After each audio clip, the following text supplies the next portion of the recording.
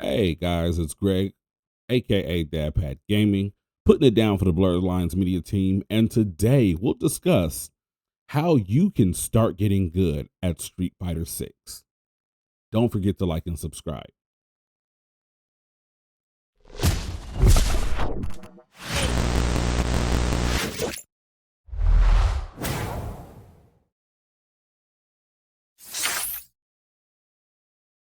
The first thing that you need to understand in order to get good is there's no piece of equipment that gives you an advantage over another. The number one thing to understand about almost every fighting game is self-expression is king. And the first step to self-expression is choosing your controller.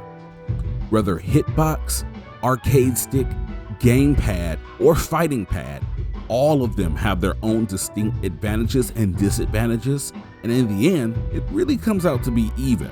Choose what's comfortable for you. The next step is simply to find a character. A lot of people will go on and on about which characters are good and which are bad, but in the situation that you're just trying to learn the game, the easiest thing you can do is pick the guy on the cover or pick whichever character you think resonates with you, whichever one looks the coolest, whether that be because of their hair or their clothes or their attitude. Whatever it is, go for it. People tend to have more fun when they have a connection to their main, which is important because despite the fact that there will be some hard work here, we want to remember to always find the fun in it. The next item to check off your list is to go into practice mode. I know that you really want to just kind of get in and start mixing up, but trust me, if you want to get good, follow these steps. It'll help you out so much more in the long run. And honestly, we're not going to get too serious in practice mode. This is a time to really kind of figure out what each button does with your new cool looking character.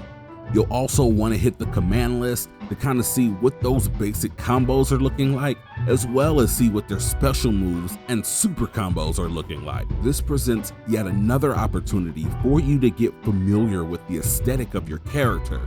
Away from learning those moves at a basic level, you'll get to really understand, is this a character that you mesh with on a personal level? This is also the time when you should consider if you're going to go with classic controls or modern. In the short term, modern controls are going to be a lot easier, but they do have shortcomings, versus classic controls do have a higher learning curve, but are far more rewarding in the long run. But again, the idea is to have fun, so if you find classic controls to be frustrating initially, that's okay. Go with modern. The idea is to have fun and to get comfortable expressing yourself as a fighter. There's always time to go back and learn classic controls if you end up enjoying the game for the long haul. Character guides is where you need to head next. The biggest difference between practice mode and character guides is, in character guides, they're going to give you an expansive explanation for your character, how they should be used, and even explain to you the intricacies of all of those unique and special moves you just learned, complete with situational examples of when it's best to use said attack. And along with those explanations, be sure to pay attention to the bottom right side of the screen, as your particular platform will have a specialized button to press so that you can try each of these moves again, only doubling down on the moves that you just learned to use in practice mode. Now it's time to put these things that you've learned into practice. Not necessarily playing online or with friends just yet, but in going to arcade mode and trying some of the things you've learned against a live moving opponent.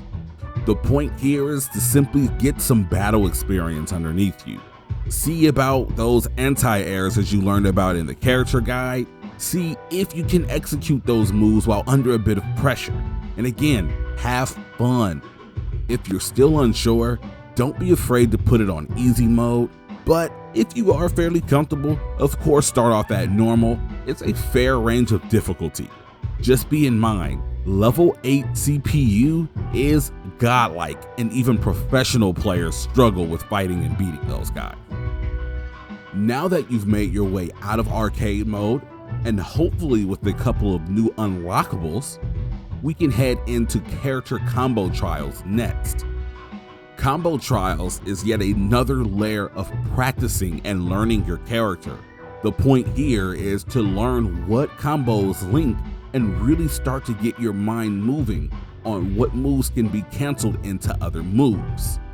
If you're not sure what canceling means, some attacks in the game have full animations that can be cut short to move into the animation of another move, which helps you to link a combo together.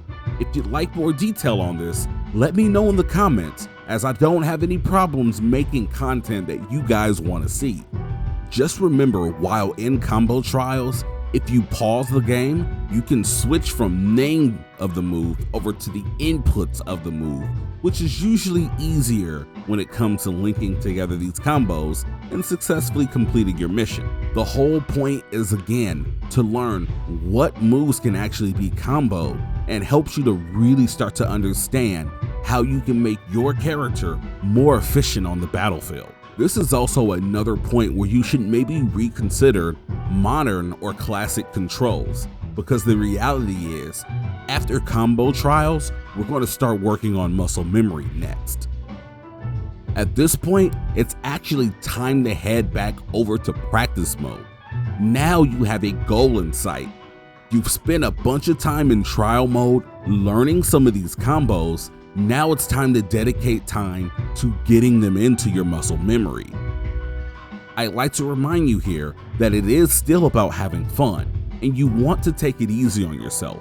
It's not very likely you'll remember every combo that you tried over in trials mode, but if you can take maybe 2 to 3 of them and start to practice and dedicate those to muscle memory, you've won in the long run.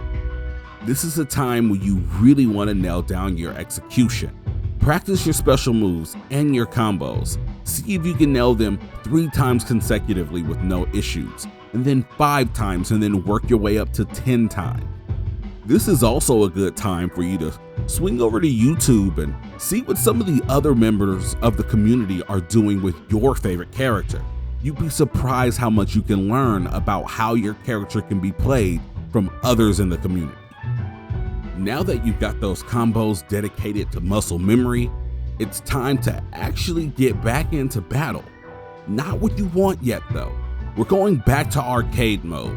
Just like we did when we initially learned the basic moves with our character, now it's time again to take those combos in which we practiced and take them into combat. Try them in arcade mode, see if you can deliver them under the pressure of battle, and see how things work out for you. Just be in mind that the CPU does not equate to actually fighting against a human. It's more so giving you an idea of how it's going to work, trying to deliver those combos in punishing situations, or in situations where you have someone that's actually trying to kill you back. Now, you're finally here. Now that you've found your character, you've understood their basic functions, you've learned their special moves, their super arts, their critical arts, and you've dedicated combos to muscle memory, it's time to head to the Battle Hub.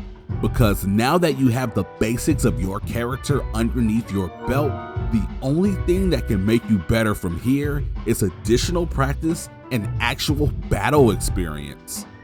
Because through battle experience is where you'll actually start to learn the meta of Street Fighter 6, the mind games that come with it, and learn to start reading and downloading your opponents so that you can play situations into your favor, ultimately leading to eventual victories. Also remember to be patient. Street Fighter and fighting games in general will always have a loser. So long as there's 1v1 fights, that's always going to be the case. And honestly, as a beginner, you have to face the fact that there's going to be a lot of situations where you're the one to lose. There are instances where, yeah, the game might have an issue, maybe it's a connection issue or something else of the sort, but 95% of the time that you lose in a fighting game, it's simply because you got outthought or you made bad decisions. Be sure to turn those L's and make them into lessons. And be sure to dive into practice mode where you can learn a plethora of things from frame data, which helps you to understand which attacks are safe, and even learning to set up your dummy in practice mode to react in ways that you know you have issues with, whether that be wake up attacks or drive impacts or whatever it may be. You can set up your practice environment to directly challenge you wherever you may be struggling. Also remember, beating up on people that you know you're better than is never really going to equate to you getting better at the game.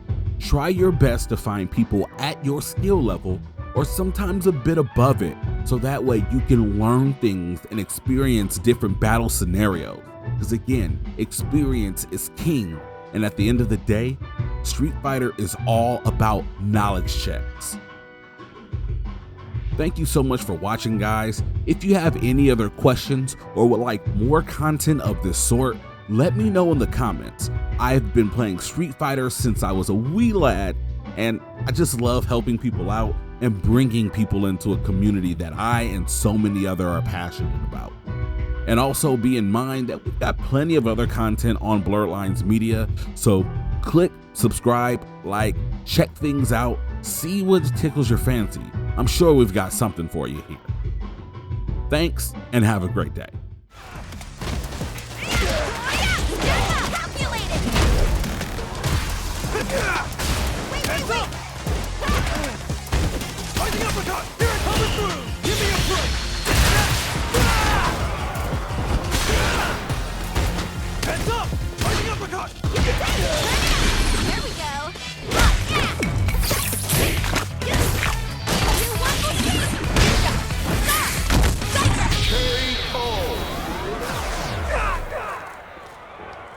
Kimberly wins!